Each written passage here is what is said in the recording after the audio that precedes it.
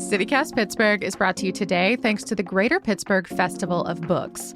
This year's fest is Saturday, May 31st at the Carnegie Library of Pittsburgh in Oakland, where you can immerse yourself in the region's vibrant literary community with a free event that features bookish fun for all ages. Hear from award-winning authors like Rachel Khong, Tori Peters, Sharon Flake, and so many more, plus Grammy Award winner and poet Judy Collins.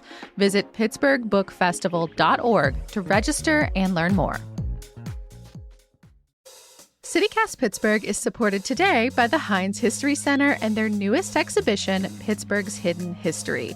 It is a cornucopia of curiosity, a magical menagerie of memory, and a little bit of this and that. There are flowery couches, relics from Kennywood, even a collection of shivs. If you listen to this show a lot, you know we are loving this. It is truly mind-boggling to see how the curators brought together such a wide range of rarely seen artifacts to tell Pittsburgh stories like never before. To buy your tickets and learn more, visit HeinzHistoryCenter.org.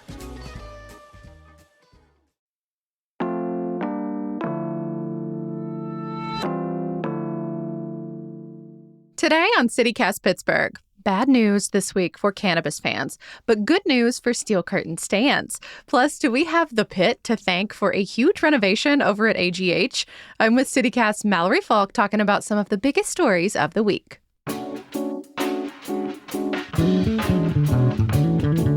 It's Friday, May 16th. I'm Megan Harris, and here's what Pittsburgh's talking about.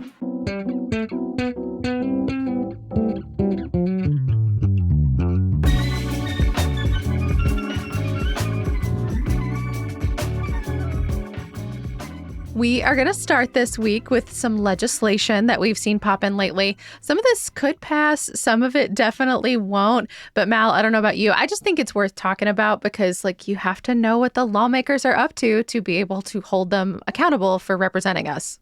Yes, 100%. We do have a divided state legislature right now, of course. The House is controlled by Democrats. The Senate is controlled by Republicans, which means usually something that makes it through one is not going to make it through the other. But like you said, still important to know about. So first up, something that is not going to happen. We've been talking a lot about whether this is the year that Pennsylvania will finally legalize recreational cannabis. Sounds like no.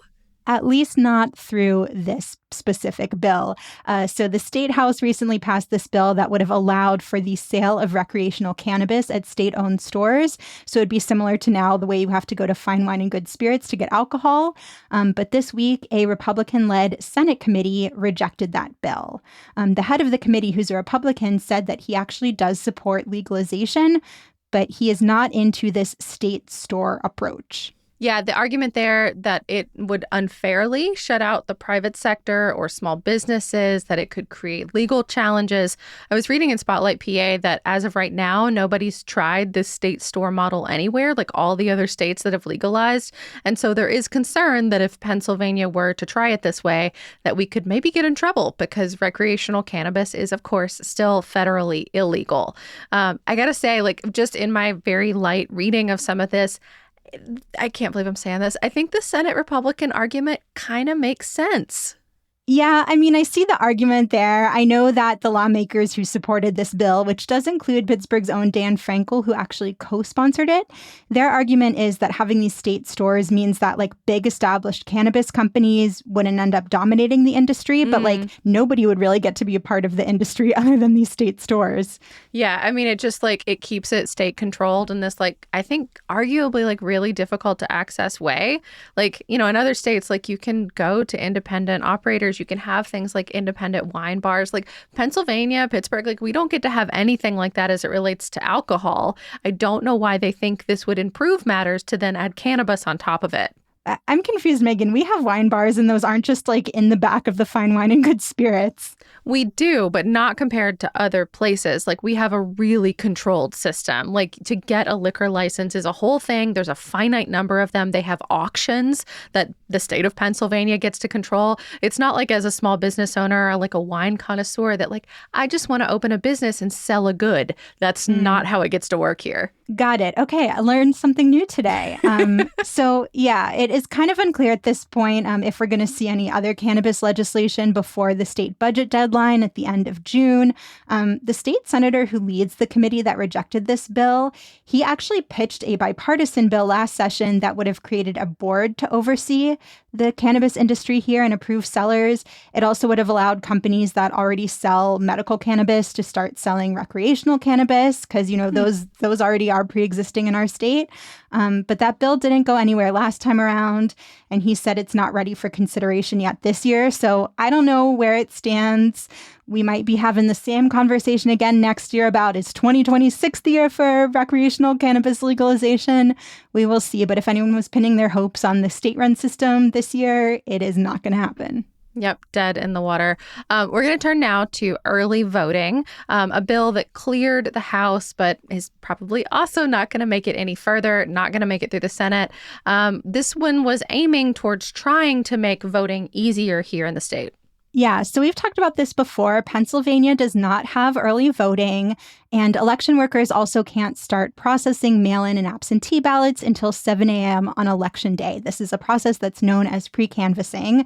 It's part of why Pennsylvania is sometimes kind of late submitting election results. Like, if you remember how the results of the 2020 presidential election were really just hanging on us and we were really slow getting them in, that is why. And it does not have to be this way. I have lived in states where I can go early vote. It's easy peasy. Yeah, and you can go at different times of the day. You can pop in on a lunch break. It's not like you have this one day, do or die. You do your civic duty or you get dinner on the table, like conversation. It doesn't have to be like that. Yeah. And so the House with this bill is aiming to get us in line with the way things work in a bunch of other states. The bill that they passed, it would allow for early voting, in-person voting, starting 11 days before an election. And then it would also let county workers start processing ballots a week before the election. And then there were some other elements of it too, like it would require counties to use ballot drop boxes. So those spots where you can drop a mail-in ballot in person. Right now, like every county can decide on its own whether or not it wants to have one of those drop boxes. And Allegheny County does use them. Yes, exactly. But so this would make it so that every county had to have at least 2 of those. But again, this does not seem super likely to pass the Senate. In the House, all of the Republicans voted against it. And because Democrats have a 1-seat majority in the House, it passed by just 1 vote. Gosh, we are split here in Pennsylvania. Well, something that did pass the state Senate recently, a bill that would ban trans athletes from joining women and girls sports teams that they could positively align on. Yeah. And so this bill, it would focus on, K through 12 and college sports teams at public schools and universities.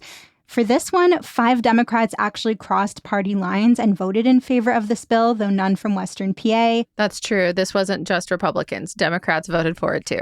Yeah, I'm going to do my best with the name pronunciation here. The Democrats who voted in favor of this bill were Lisa Boscala, Marty Flynn, James Malone, Nick Miller, and Christine Tartaglione. This one, I do not think will make it out of the state house. And even if it does, Governor Josh Shapiro has said he would veto it. And our previous governor, Tom Wolf, vetoed a similar bill back in 2022. So this probably will not become law. But, we are seeing attacks on trans rights and trans youth all over the country, including here in our own state. Yeah. And then another one that I'm sure Governor Josh Shapiro is keeping a very close eye on. Senate Education Committee recently voted to advance a bill that would create a school voucher program here in Pennsylvania.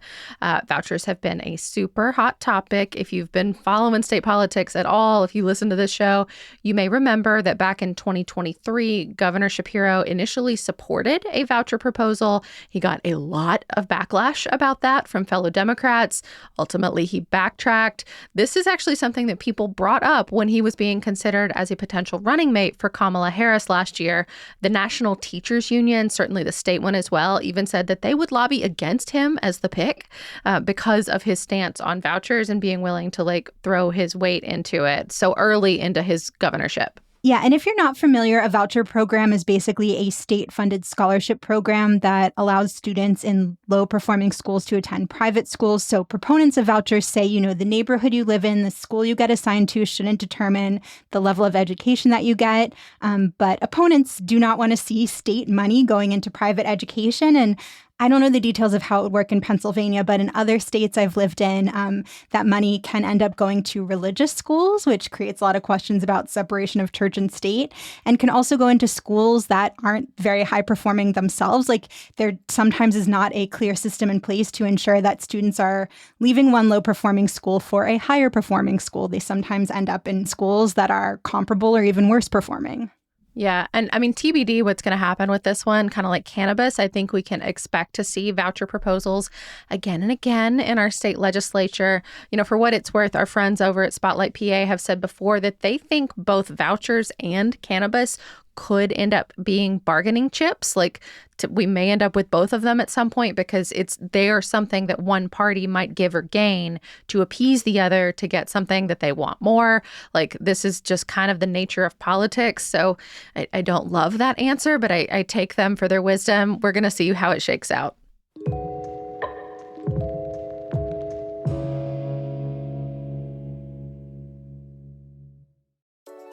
Today's episode is supported by ACTA. If you're planning on spending a day looking for furniture at IKEA, getting your deals from TJ Maxx, maybe fueling up on a mall pretzel, you don't need to stress about getting in and out of every one of these parking lots. Instead, hop on to the Ride ACTA shuttle for just 25 cents, an actual quarter. The shuttle connects more than 275 businesses within just 2 miles of that IKEA bus stop in Robinson, and it makes shopping and running errands a lot less stressful. For just 25 cents a ride, I truly don't think there is a better deal in town. And riding the shuttle is also super easy. So just head over to that bus stop in front of the IKEA, and when the bus comes, tell the driver where you want to go. To get picked up, you can let them know in advance what time you're going to need your ride, or you can call 412-442-4773 when you're ready to leave. You do need exact change, so bring your quarters. But I think a few quarters is totally worth that store-to-store chauffeur service. To learn more, check out ACTA's Instagram at RideACTA. That's ACTA. Hi, I'm David Plotz, the CEO of CityCast. We've all set health goals: lose weight, exercise more, eat better. But without a plan, those goals often fade. That may have happened to you. It has definitely happened to me. And that's where Prolon comes in. Prolon's 5-day fasting mimicking diet gives you a science-backed, structured approach to stay on track and see real results. And now Prolon is upping their game with the new next-gen 5-day program, delivering the same science-backed benefits in a cleaner, more convenient, and more flavorful format. Prolon is a plant-based nutrition program featuring soups, snacks, and beverages designed to nourish the body while keeping it in a fasting state, triggering cellular rejuvenation and renewal. Next Gen builds on the original Prolon with 100% organic soups and teas, a richer taste, and ready-to-eat meals.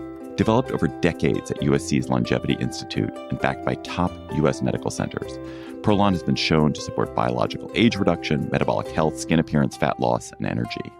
I've been doing the 5-day program, and I feel so much better. I really enjoy the tasty energy bars, the snacks and soups, and the fact that I can enjoy meals, even though the calorie count is super low. The flavors and textures are excellent. An olive oil snack here, broccoli and quinoa soup there, hibiscus tea, a yummy nut bar. It's got the benefits of a 5-day fast, but doesn't have the challenge of doing it with pure liquids. It's a system reset. And also, I know this sounds funny, but it's not. The packaging and directions are fantastic, clear, and well organized and thoughtful. For a limited time, you can be first in line to experience the new Next Gen at special savings. Prolon is offering CityCast listeners 15% off site-wide, plus a $40 bonus gift when you subscribe to their 5-day program. Just visit prolonlife.com/city. That's PROLONLIFE.com/city to claim your 15% discount and your bonus gift.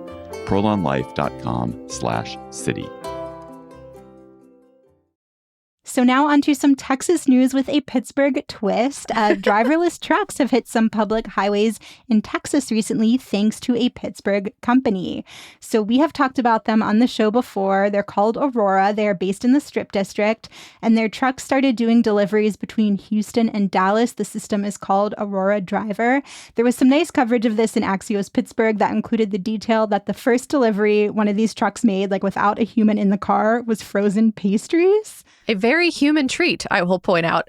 Yes. And I assume it doesn't say this, but I assume it's because, like, that's not, if something went horribly awry, you're not losing like millions of dollars that have been invested in like really important equipment or something that's Don't getting sent. discount the price of the pastry, Mallory. I also think it probably is like whatever client, like company they were partnering with was willing to be like the guinea pig for this too. So like they found a good partner in whatever the maker of that particular pastry was. I guess so. I have a lot of follow-up questions about these pastries. But apparently it took 4 years of testing to get to the point where these trucks could go out without anybody inside. And kind of the larger idea here, like Aurora is just one of several companies that are trying to launch autonomous fleets. And the thought is that these driverless autonomous trucks could help tackle issues like driver shortages. But I've also seen questions about like job displacement too, that, a driverless vehicle like this could take the position of a human. I found an old NPR graphic when I was looking up stuff about this that showed that the most common job in every state, at least as of this graphic, which was like 9 years ago, but that truck driver was the number one like most common job in Pennsylvania and dozens of other states. I was kind of surprised. Yeah, Megan, you sent that article to me because I was curious to take a look myself. And the one little caveat here is that it said truck delivery and tractor drivers. So not just truck drivers, but still, that's a really fascinating statistic. I wonder if they mean like tractor trailers or if they mean like literally like Billy Joe on the tractor in the field. Now I have follow-up questions about that too. According to the American Trucker Association, there are currently, so I think this is as of 2024, there were 3.5 million professional truck drivers in the U.S. And that actually is like what you think of long-haul truck driving. And an additional 5.2 million people employed within the truck driving industry who do not drive the trucks. So that's like maintenance and other things like that.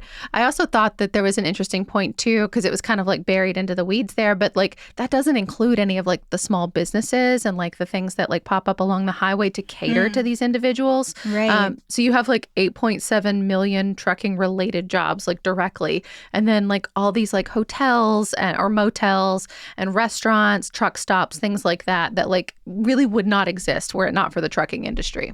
This is making me wonder, like the sure grandma meme, if one day I'll be telling my grandchild about truck stops and it's like, okay, yeah, sure. I really believe that was a thing that existed. Like, sure, is the grandma. truck stop going to go away? I mean, I kind of hope not, just because they're so kitsch, right? Like, where else would you find like a trucker hat that says I pee in pools, which is a real thing I have purchased before. And I know they can serve an important role, not just for truck drivers. I know that folks who are unhoused might stop in there for a shower, for example. So I do hope they stick around into the future. I've actually had a lot of family members work in this industry. Like I remember like one of my first lessons when I was learning how to drive was like learning how to operate my car in a way that was kind and like courteous to truck drivers, which like getting a thank you and the blinky lights from a truck on a highway still kind of gives me a low-key high. Like I really appreciate these lessons from early childhood. Yeah, and I think I've mentioned this on the show before. This is a sample size of one, but my father-in-law used to be a truck driver. And so I was actually curious what he thought about potentially automating this industry. And he, surprisingly, it's not like he's this like huge booster for automation, but he said he feels like this is an industry where automation makes a lot of sense. He did not like being a truck driver. He said it's like a really tough career, and most of the people he knew didn't last super long because they were all just kind of miserable. And so he feels like you're not eliminating like a really good job. It's a job that's like really difficult on people and that a lot of them end up leaving. And he also said that like if you just think about the size of a truck, you can put so many different like cameras and sensors on it, and there's really room to like outfit it with the kind of technology that makes automation possible. So again, sample size of one. He does not speak for all truck drivers, but I was surprised to hear that he felt like of kind of anything that could get automated, this made a lot of sense. That's so funny to me because I actually text a cousin of mine who does this for a living now. Like I said, a bunch of my family has done it, but he's the one in the current generation that's like still working in this industry and crushing it. But he said that he feels like there's absolutely no way a truck could do what he does, at least where he's doing it. So like around like heavily trafficked areas, like the examples he threw out were like if a tire blows, it is really difficult to control a truck in like an emergency situation. And, he pointed out, and he's right about this actually, is that if something goes wrong with some of this like the vehicle itself, not necessarily the technology, but maybe that like it's programmed, part of what it's usually trained to do is just stop, like, because that's how you minimize damage. And he's like, that is a really difficult thing to like teach a computer how to do wisely. Like, what if it stops in the middle of the intersection at like a one traffic light town? Like that is now a massive problem just for a small area, let alone like a highly trafficked area, like a highway or something like that. Plus, he said for most loads, there has to be a human involved, like as the shipper, as the consignee, someone has to help refuel them. Someone has to do all the daily inspections. So like he was like, I think that actually might create more jobs and make the job more complicated than it already is, just because like as it is, he does all those things. He's the signer. He fuels his truck. He inspects it every time he gets inside it. And like, who's going to do that now? Wow. I am now actually curious how these autonomous trucks refuel. We are coming out of this with so many questions. Same. I assume, because they're only going from Houston to Dallas, like maybe you can do that on one fuel up. I actually don't have a clue. Well, I think you and I at least don't need to worry about having all of these questions answered right now, because realistically, we are probably not going to see these autonomous trucks in Pittsburgh anytime soon. Right now, the plan for Aurora is to expand to El Paso and Phoenix next. They're thinking by the end of this year. And, all of these areas that they're in or expanding to, these have like flat roads and pretty dry climates. They're just a lot less challenging of a landscape for trucks to navigate than I imagine the Pittsburgh area is.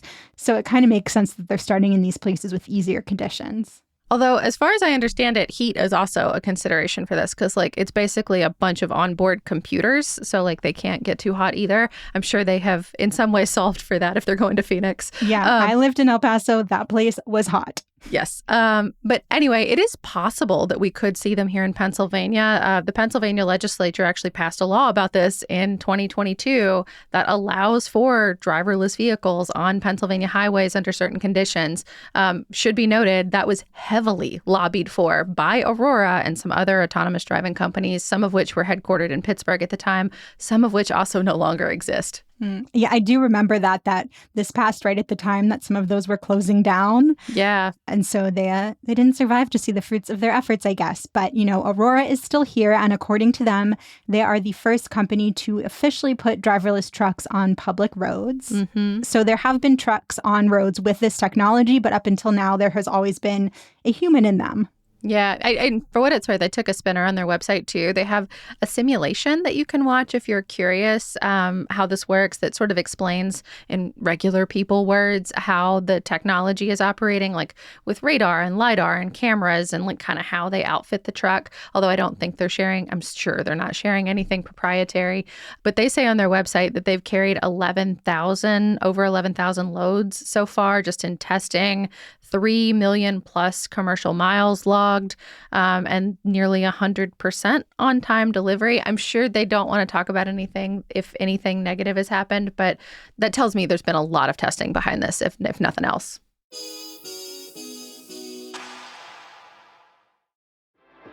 Hey, Pittsburgh. Today's show is sponsored by Pittsburgh Pride. It is back. It is bigger. It is bolder. It is gayer than ever before.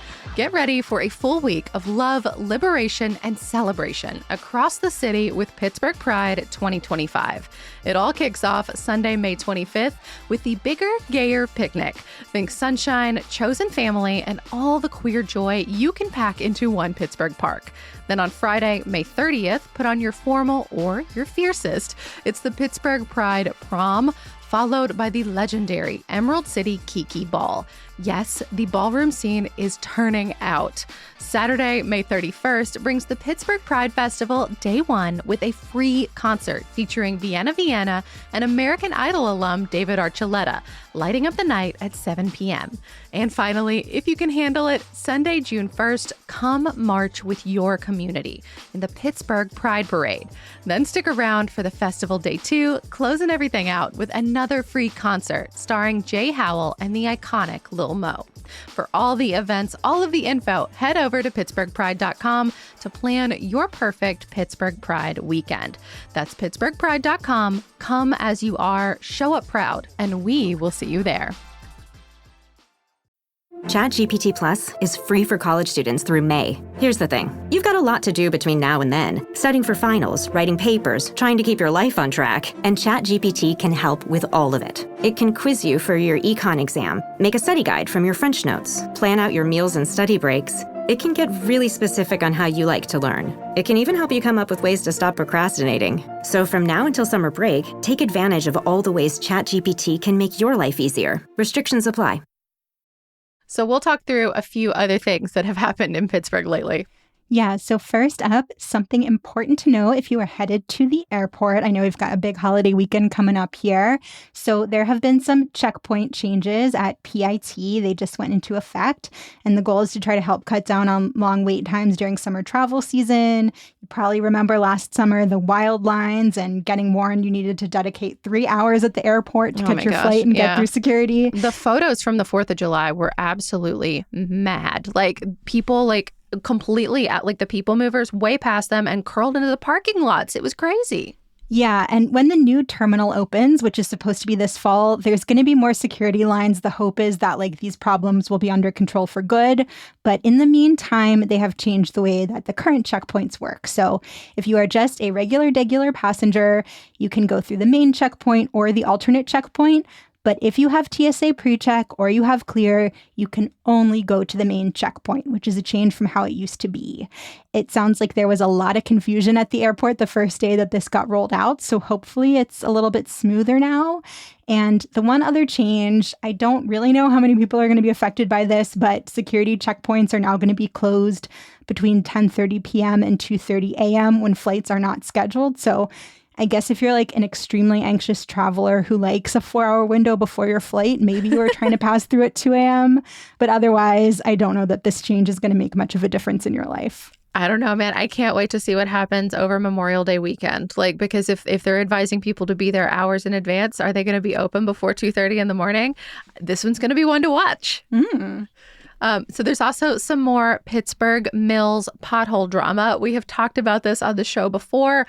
The very sorry state of roads around the Pittsburgh Mills Mall that's up north of the city, owned by Namdar Realty. Just these giant potholes leading to really unsafe driving conditions. Even the head of Pittsburgh's Public Works Department, talking about even his car got, he's the guy responsible for fixing all the potholes in the city of Pittsburgh. And even his car got taken out at Pittsburgh Mills. If that just feels not safe, who is? That just feels so rude. Yeah, I mean, things are actually so bad there that this realty group that owns Pittsburgh Mills is facing criminal charges. They've gotten a ton of citations because the conditions are just so dangerous over there. And the mall's not doing well, but a lot of the businesses around the mall are. They're really thriving and people need to be able to come into these spaces. But the parking lots are owned by Namdar. And so they're the ones that are supposed to fix it. The Trib did a great story that we talked about before where it was the municipal officials saying, we would fix it. We would love to fix this. It's not our thing. We can't do it until the private company steps in. Yeah. And so I think the last time we talked about this on the show, there was some hope in sight on the horizon because an asphalt company had started filling in some of these potholes. But the breaking news, according to reporting in the Trib, is that company is saying Namdar still has not paid them for that work. They allegedly owe $21,000, which when you're already facing criminal charges, I feel like you got to start doing things by the book. Why are they begging more trouble? Start doing things by the book. Yeah. We'll come back to the north side. Some good news for Allegheny General Hospital, kind of made famous lately because of the Max series, The Pitt. In case you missed it, in case you live under a rock, The Pitt is set at a fictionalized version of Allegheny General. So it shows healthcare providers there. I think they're painted in a really excellent light, but a central premise of the entire show is how overcrowded it is and how people can't get seen quickly enough. And the waiting room is always totally packed, none of which was actually shot at AGH. But it does kind of reiterate this feeling I think that some Pittsburghers maybe have about emergency room waiting rooms.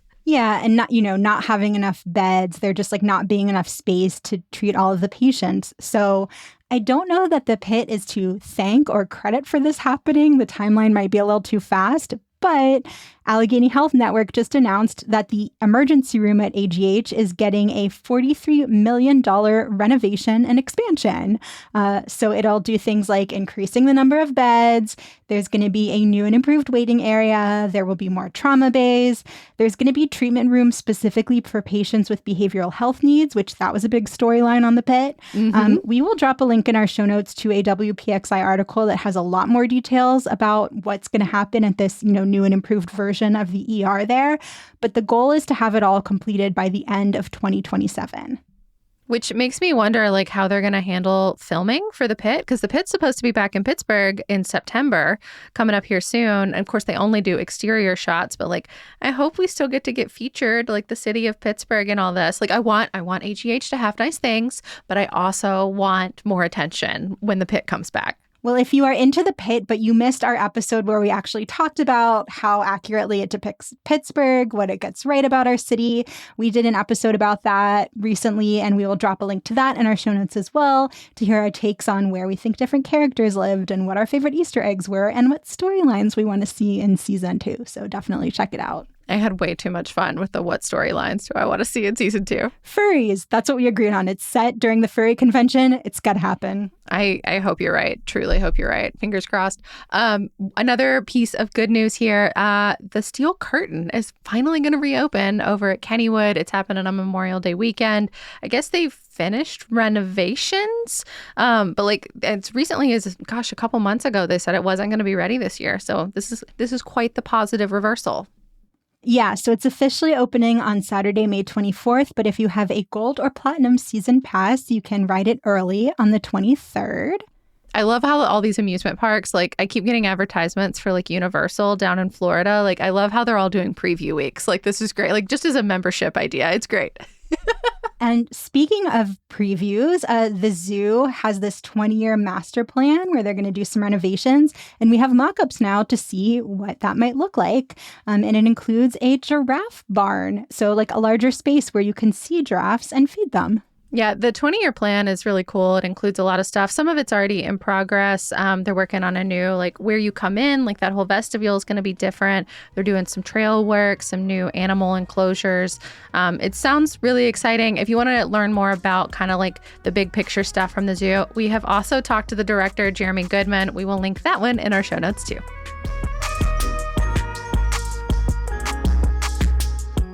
That is all for today here on CityCast Pittsburgh. Thank you to all the CityCast Pittsburgh neighbors who came out to hang out with us last night. We had such a blast getting to meet with y'all, and it's always great to get to know more people in this scrappy little community. Our music is by Benji, Spring Gang, Mo Life, Abbas Premji, Bonkers Beat Club, and All the Kimonos, with additional music from epidemicsound.com. Mallory Falk is our executive producer. Sophia Lowe, Elizabeth Kama, and Natalie Rivera produced the show this week.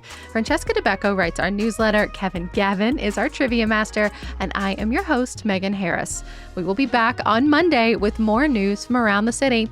Have a great weekend.